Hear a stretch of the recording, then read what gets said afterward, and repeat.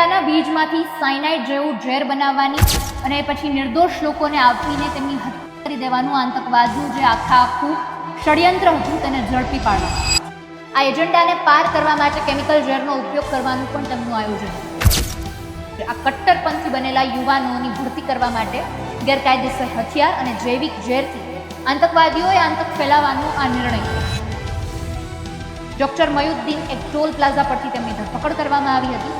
તેની જ કારમાંથી ગેરકાયદેસર હથિયાર, 4 લીટર એરંડાનું તેલ ધરાવતી બોટલ અને અન્ય વાંધાજનક સામગ્રીઓ મળી આવી.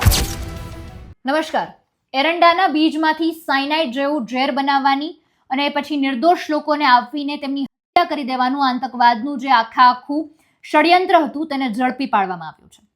નેશનલ ઇન્વેસ્ટિગેશન એજન્સીએ જાહેર સ્થળોએ નિર્દોષ લોકોને મારી નાખવાના આજે આવડા મોટા માઇન્ડસેટ સાથે જેહાદી બાયોટેરિઝમ કાવતરામાં પ્રતિબંધિત આતંકવાદી સંગઠન એટલે કે ISIS સાથે જોડાયેલા 3 આરોપીઓ વિરુદ્ધ ચાર્જશીટ દાખલ કરવામાં આવી છે. મુખ્ય આરોપી હૈદરાબાદ સ્થિત ડોક્ટર સૈયદ અહેમદ મોહયુદ્દીન અને ઉત્તર પ્રદેશના એના 2 સહ આરોપી આઝાદ અને મોહમ્મદ સુહેલ વિરુદ્ધ અમદાવાદ સ્થિત NIAની સ્પેશિયલ કોર્ટમાં UAPA એક્ટ, BNS અને આર્મ્સ એક્ટની સંબંધિત કલમો હેઠળ ચાર્જશીટ દાખલ કરવામાં આવી છે. આખી વાત એવી છે કે એરંડાના બીજમાંથી સાયનાઇડ જેવું ઝેર બનાવવાની વાત હતી ને પછી નિર્દોષ લોકોને આપી દેવાની વાત હતી. એટલે જે બાયોટેરિઝમની વાત છે તેની ધરપકડ અત્યારે કરવામાં આવી છે. એનું આખું જે ષડયંત્ર છે એ ઝડપી પાડવામાં આવ્યું છે. આ એજન્ડાને પાર કરવા માટે કેમિકલ ઝેરનો ઉપયોગ કરવાનું પણ તેમનું આયોજન હતું. વિદેશ સ્થિત ISI હેન્ડલ્સના માર્ગદર્શન હેઠળ આ લોકો કામ કરતા હતા અને તે મારફતે જ આ કટ્ટરપંથી બનેલા યુવાનોની ભરતી કરવા માટે ગેરકાયદેસર હથિયાર અને જૈવિક ઝેરથી આતંકવાદીઓએ આતંક ફેલાવવાનો આ નિર્ણય કર્યો હતો. ISIના નાપાક એજન્ડાને પાર પાડવા માટે કેમિકલનો ઉપયોગ કરવાનું તે લોકોએ નક્કી કર્યું હતું. અને આ કેમિકલ કે જે એરંડાના બીજમાં કુદરતી રીતે જોવા મળતું એક શક્તિશાળી જૈવિક ઝેર છે.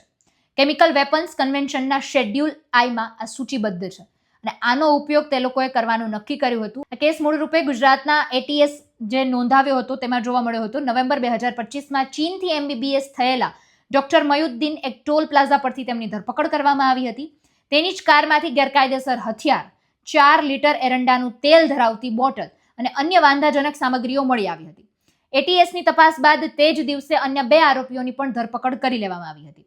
તપાસમાં જાણવા મળ્યું કે આઝાદ અને સુહેલે કે જે રાજસ્થાનના હનુમાનગઢમાં ડેડ ડ્રોપ સાઇટ પરથી પૈસા અને ગેરકાયદેસર હથિયાર મેળવ્યા હતા અને આ સામાન તેઓ મોહયુદ્દીન માટે ગુજરાતના છત્રાલ ખાતે નિર્ધારિત સ્થળે પહોંચાડવાના હતા. એટલે આજે ખરેખર ખૂબ ગંભીર આખું એ લોકોએ પ્લાનિંગ કર્યું હતું. એનો અત્યારે પર્દાફાશ કરી દેવામાં આવ્યો છે. 3 લોકોની ધરપકડ કરીને એમનો જે આ એજન્ડા છે એ એજન્ડાનો નાશ કરવામાં આવ્યો છે. સમગ્ર મુદ્દાને તમે કઈ રીતે જોવો છો એ કમેન્ટમાં જણાવજો. નમસ્કાર.